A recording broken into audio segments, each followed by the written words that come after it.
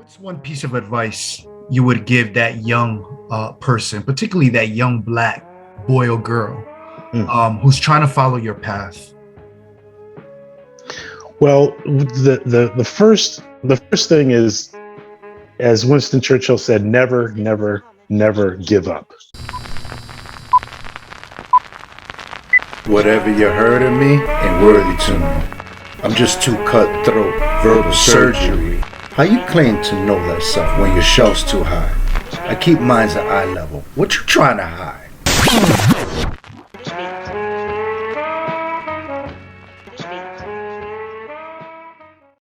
Can't teach you how to. Peace, peace, peace, beautiful family. This is Dr. Walter Hidalgo, and this is the Know Thyself podcast. The Know Thyself podcast utilizes the metaphor of the shelf in order to extrapolate the self. And the way we do that is we invite guests to come in and share something about themselves. And before I introduce my guest, as we always do, I like to give a big shout out to some of our sponsors. Shout out to my brother Steve and his 2020 collections. Definitely, if you're looking for any merch, any incense, any amazing things, definitely go check his stuff out. Shout out to my brother June with his Zinouge jewelry line. If you're looking for things that are very Afrocentric, definitely holla out my brother. It is beautiful stuff that he has. Just Google Zinouge. And if you're looking for any coaching workshops, not only can you holla at my guest, but you can definitely go to www.knowthyself.tv, where you can also find a copy of my book, Beyond the Four Walls, The Rising Ministry and Spirituality of Hip Hop.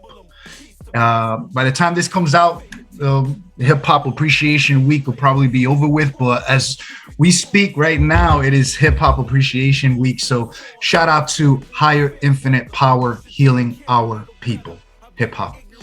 The other thing that we always do is I always like to give a big shout out to a group of individuals. And today I want to give a big shout out to all of my young, elderly, Black strong men. I want to give a big shout out, to all of my educators, all of my creators, my creative directors, my creative designers, anybody that just creates, because we are co-creators of the divine. And I also want to give a big shout out, of course, as I always do, to all of my entrepreneurs, because as I say, the famous saying is that there's a spirit to entrepreneurship, which means that there's a spirituality associated to entrepreneurship. Because today I have somebody that I respect, that I admire, that I had the opportunity to meet digitally, because we are in the digital era. I have with me my brother from another, Brian Jones. Welcome. Thank you. It's great to be with you. Yeah, it's really good to be with you. And we've already overcome some technical challenges to get here, and it's been an opportunity for us to get together. So this is really great. Thank you so much for having me. I'm humbled and blessed, and the tech gods are in our favor. We are here. We made it, and I'm so humbled. And as I always do, I like to contextualize things. So if we were to step into Bill and Ted's Excellent Adventures and go back in time to a younger Brian, what would you have to cut this off. Oh yeah, hey, listen, turn it around. In case you don't know,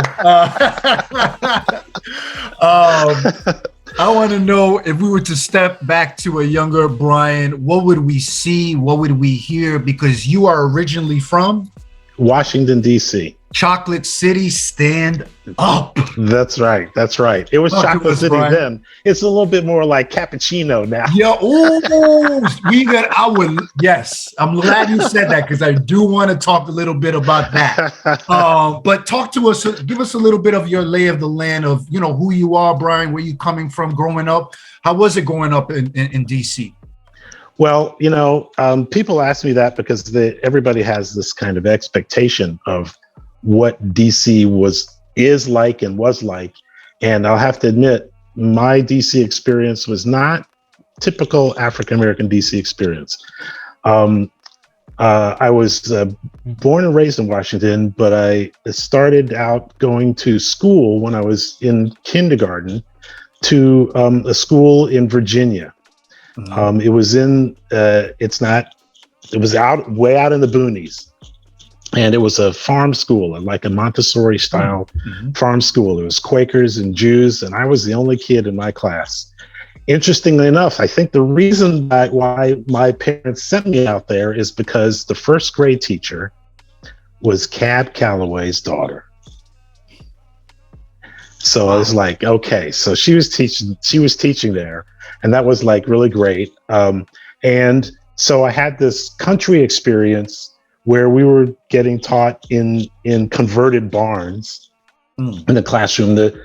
I give a shout out to Burgundy Farm Country Day School because that's kind of where it all started. And so then I would come back every day and I would be in the city. And I think over time I realized that dichotomy of experiences kind of changed my perspective and had a real profound influence on how I look at the world. I'm a blossom where you're planted type of person. I'm talking to you now from Purcellville, Virginia, where in my sister's house, and I'm doing some house sitting and taking care of her nieces and sharing that with their sister. I'm just taking care of them while my brother-in-law and my sister are away. And in dealing with them in school, taking the kids to school, I was talking to the other parents who were in this area, and they say, "Wow, you're from New York?" It's like, yeah, relax. Believe me, there's all kinds of people in New York.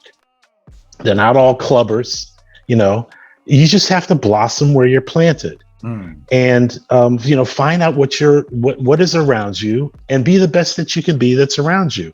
So that's what I was doing when I was young. I was blossoming where I was planted. If I was at Burgundy, we were collecting leaves and looking at trees and identifying birds, and that kind of interest in naturalism and botany and ornithology has stuck with me all of my life.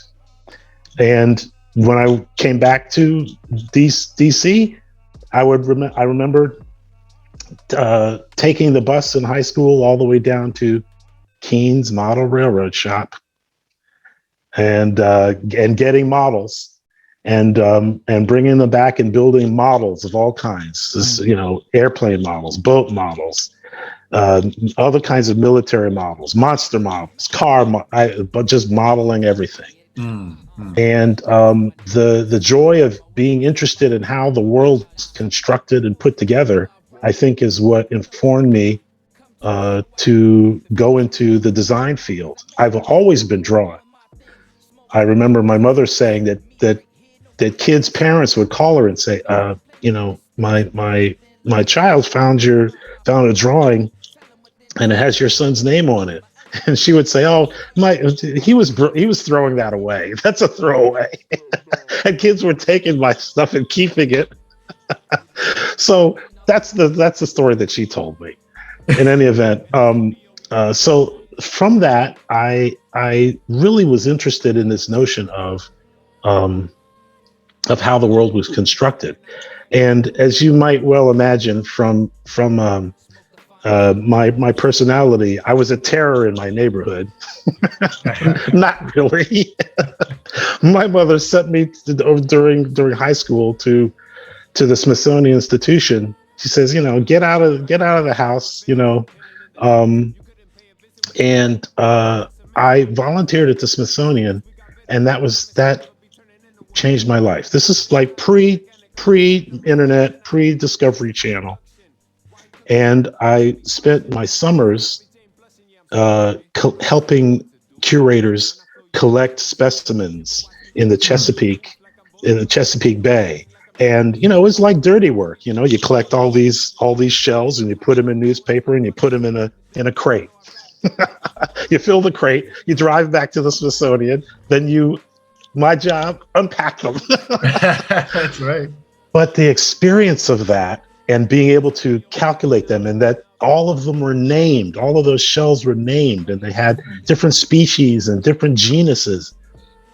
It made watching the Roadrunner much more interesting, because they would say, beep, beep, Roadrunner, and then it would say, something like, Roadrunner, Americanus, Speedlicious or something.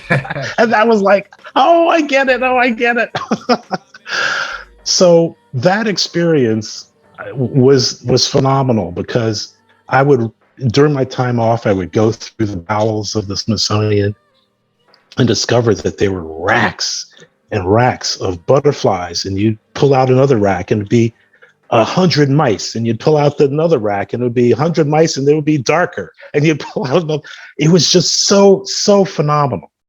And that experience gave me the sense that there was something that I could do in exhibits when I went to school. I went to school at Carnegie Mellon University in Pittsburgh, and I thought, yes, I think this design stuff is what I want to do. I would see illustrators drawing butterflies, huge, just butterflies, huge pictures of these butterflies. And I would see model makers putting leaves on prehistoric trees. They would just make the leaves, cut them out, and put them on the tree. It's like, this is fascinating. They're building all these worlds, and it's about discovery. And so I said, well, this is what I want to do. I want to be a designer.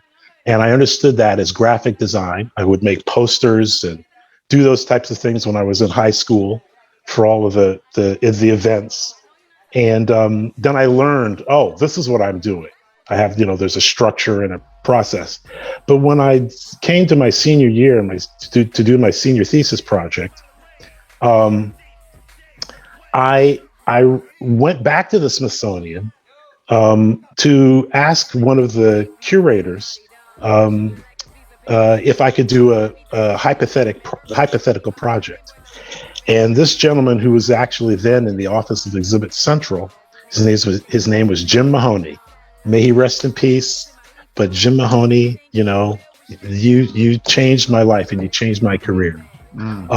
He said, I'll do you one better. I'll not give you a hypothetical project. I'll give you an actual real project, a real Smithsonian traveling exhibit project to do. And I was like, oh, that is so amazing. So I did that. I did that project, struggled through it.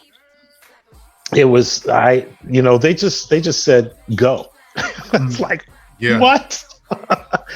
But I struggled through it, and I solved some major problems, and when I look back, I said, well, that wasn't really that big of a problem, but, I struggled through it and solved it on my own. And I ended up staying at the Smithsonian for 7 years. So we have to be very conscious of that, and especially, again, even if you feel bad or whatever, but you say something that adds to it by way of these two, you become part of it. So the most important thing that I leave you all with this is watch what you post. Word. It's that young project baby who been live from the checks, a young thoroughbred about his bread with no need to flex, with the hunger and the hustle while I still keep it. The workshop tonight was excellent. The kids were engaged, and Walter did a great job. He even had me and Donald answer questions. So can't wait for the next one. I think his message is timeless, and how it was delivered, it was engaging, meaningful, and powerful. And we took away something also, which is the power of relationship, whether it's digital or in person. So as they say, sometimes to get into Facebook, you got to get your face in a book. And that was one of our takeaways. Thank you very much, Dr. Hidalgo. Session was excellent. The kids were really engaged. They really understood and learned a lot about social media and what their impact could be. I'm looking forward to the next session.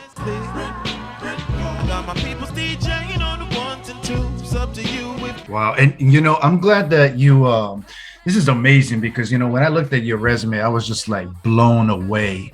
I really was, and it's interesting because you've done a lot of work in the in the spiritual realm. Yes. You've done exhibits at Marble Collegiate Church. Shout out, because I had a lot of colleagues, because I went to Union Theological Seminary. I did my master's there at Columbia too, and my doctorate. And you did an exhibit at the Smithsonian entitled "Speak to My Heart: Communities of Faith and Contemporary African American Life." Yes. My question for you is, how has your faith impacted or influenced the work that you've done? I think it's part and parcel. I don't necessarily wear it on my sleeve, but daily there's an infusion of working with the Creator to do what I do, and thinking about God as an entity that walks through space, moves through space, and says, "This is good. This could be improved." How can I influence the goodness of this? How can I influence what's around me? What is my role and my responsibility? And how do I see this the way my Maker sees this? It's not always that direct, but when I look at something like, oh, well, let's have a conversation with this. What is this about, and why is this important, and how do I elevate this? Now, one thing that does come into my mind is actually a piece of scripture, Luke 4:8, in which Jesus goes into the village, and it's his turn to read the scripture. He opens the scroll, and he's reading from Isaiah. That's right. And it turns out that it's really a prophecy about him. And it goes, I've come to fulfill. Empty the prisons. Yeah. Yep. Speak deliverance to captives. Recover the sight of the blind. Well, from a design standpoint, that's kind of what we do. Now, and from a Christian standpoint, if I'm a Christian, then I would be following Jesus. Then I should be emptying prisons,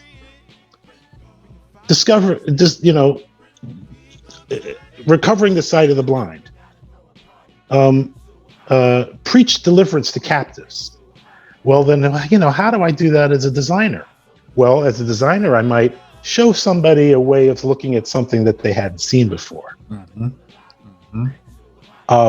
Make something that's complex clear so that people can take action, in a more commercial way, buy it, sell it, or do whatever they need to do. Be enlightened by it, be lifted by it, take it with them and use it on their own, and enable them to be the better person that they could be. That's what designers can do, even in simple things, even in simple design elements. And so that's how my faith informs me.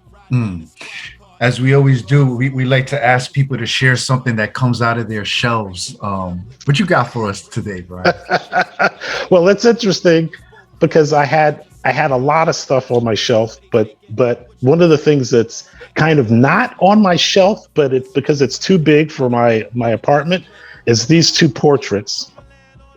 And I don't know if you can see these. Oh yeah, wow, beautiful. This is a portrait. Let's see. Hold on a second. Well, can we get it?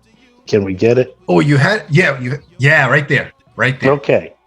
This is a portrait of my father. And it's just a screen. It's just a scan of a portrait that's maybe about 30 inches by 40 inches. And it's after the style of Weinhold Rice, who was a portraitist. And this is important to me to do this way, because he did this style honoring famous African Americans.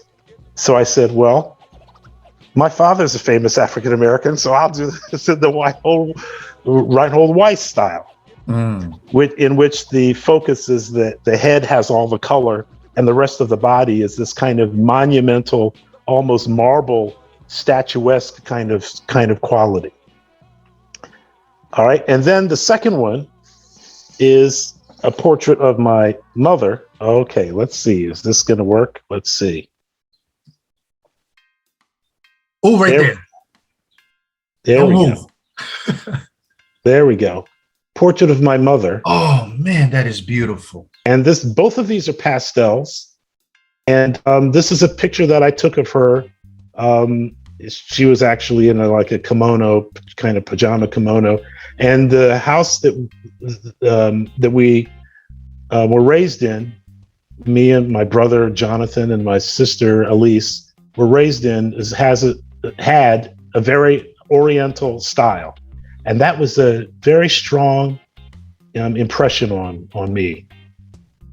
That we lived in a house that wasn't just an American style. It had an African style to it. It had an Asian style to it. So I grew up in a house that had multiple cultural expressions in it. And in that experience, and I was always looking and enjoying at how these cultural expressions impact me and what they express on their own. You know, I think that's so beautiful because it's like you continue to co-create and constantly exhibit it, right? We're using all the same words, even within keeping your parents alive, and that way through that artwork. That I felt like I was literally with her right now, both of them. Like it stands out. Like I was about to ask her a few questions. Like it's a beautiful thing, and you know, I'm very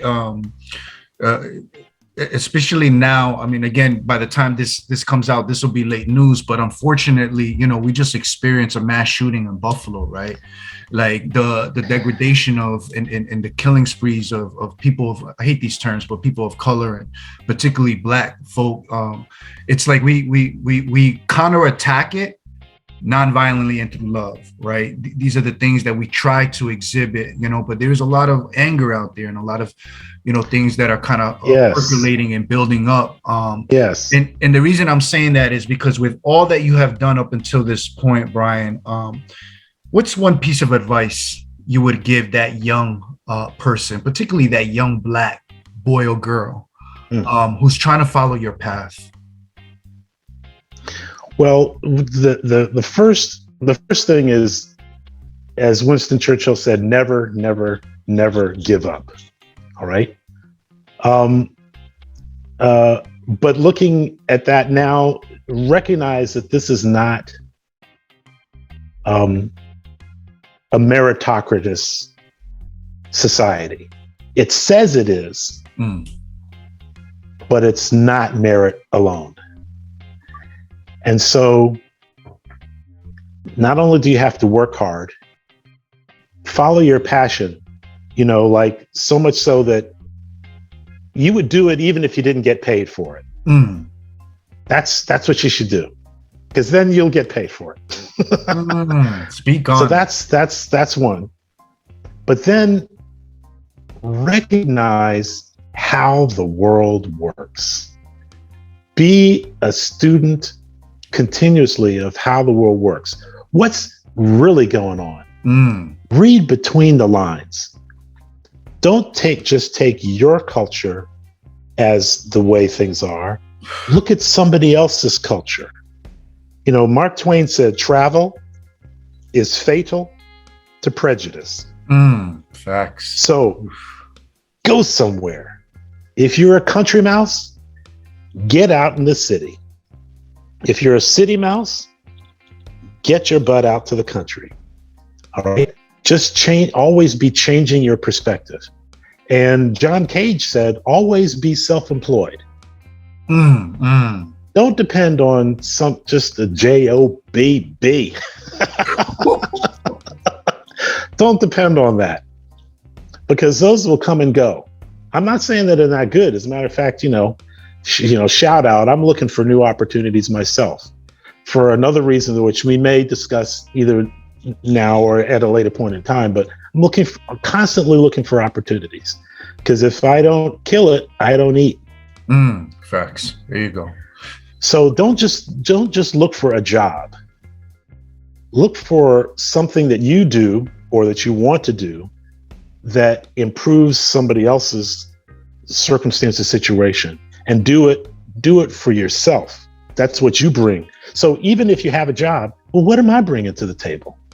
You know, I'm not at this job to get paid. No, I'm doing something, and that's why they pay me. That's why I get paid, because I'm doing something. I don't get paid and then I decide to do something. Yeah.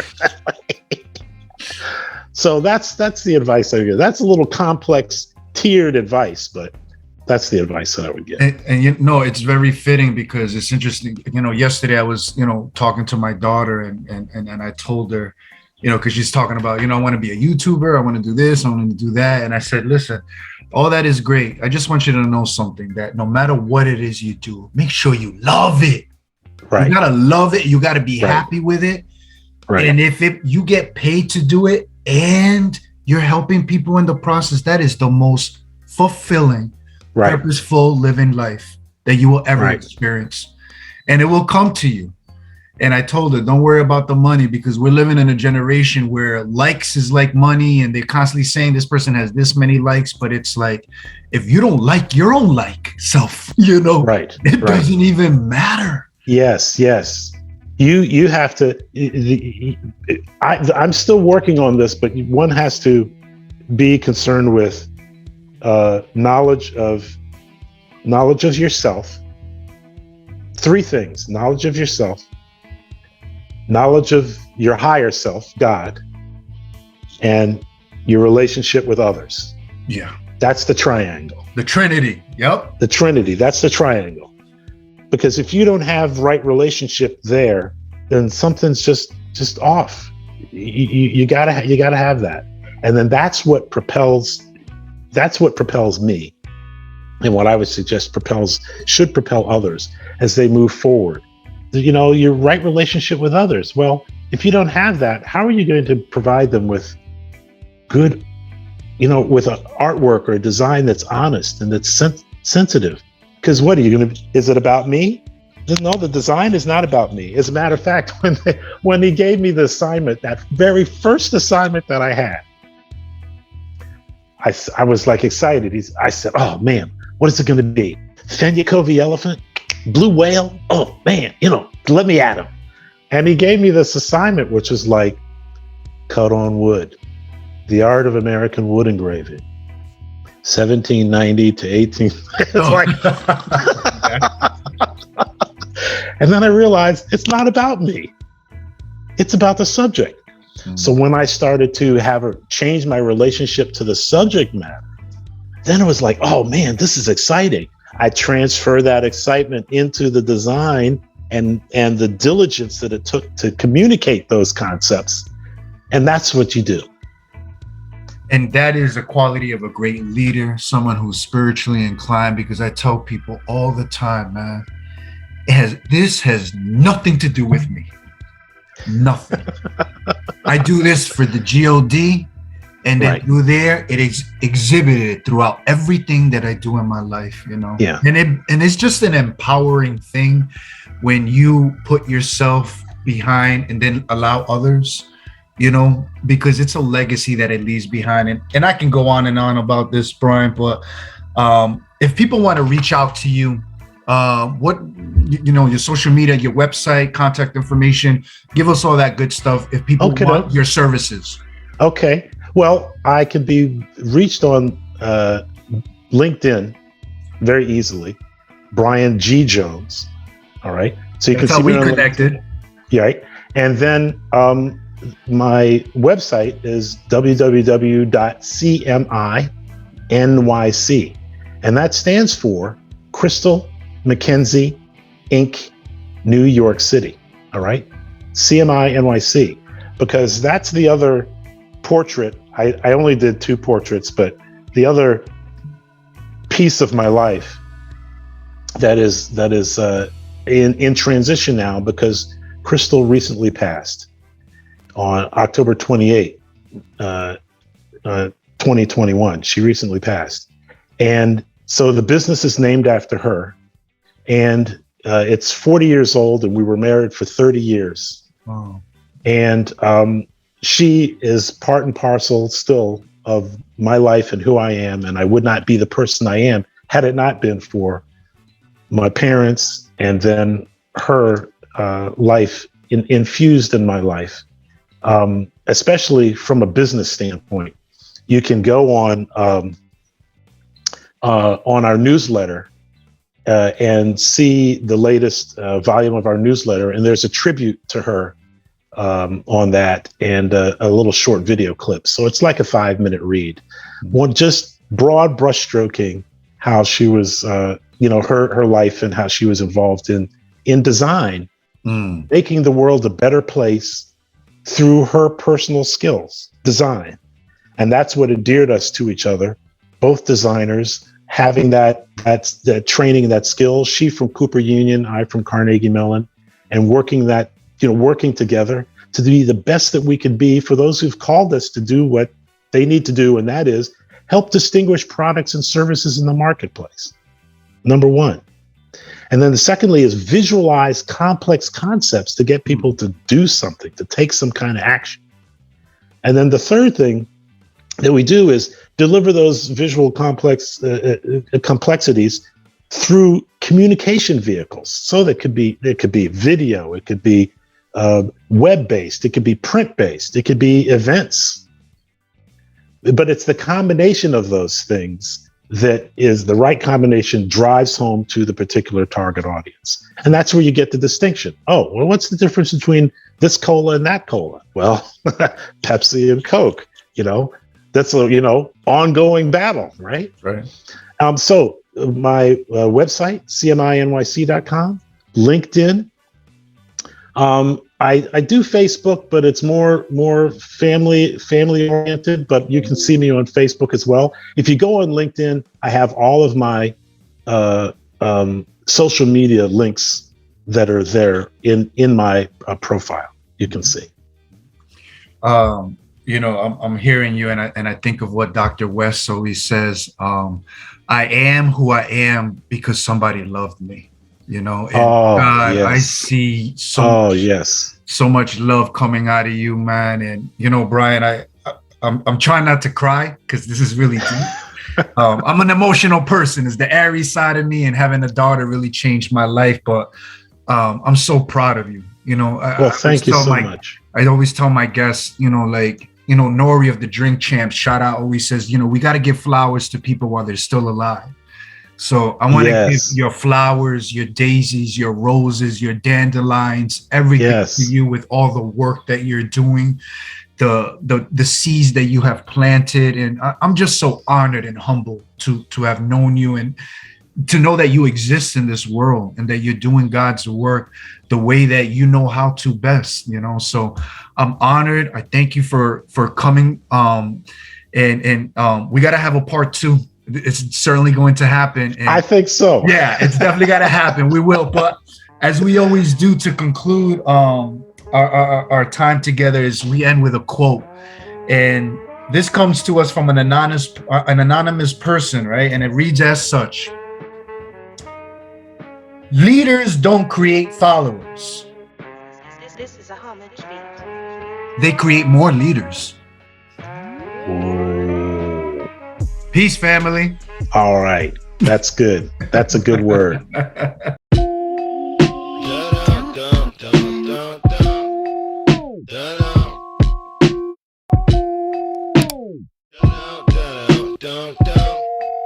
Da-da.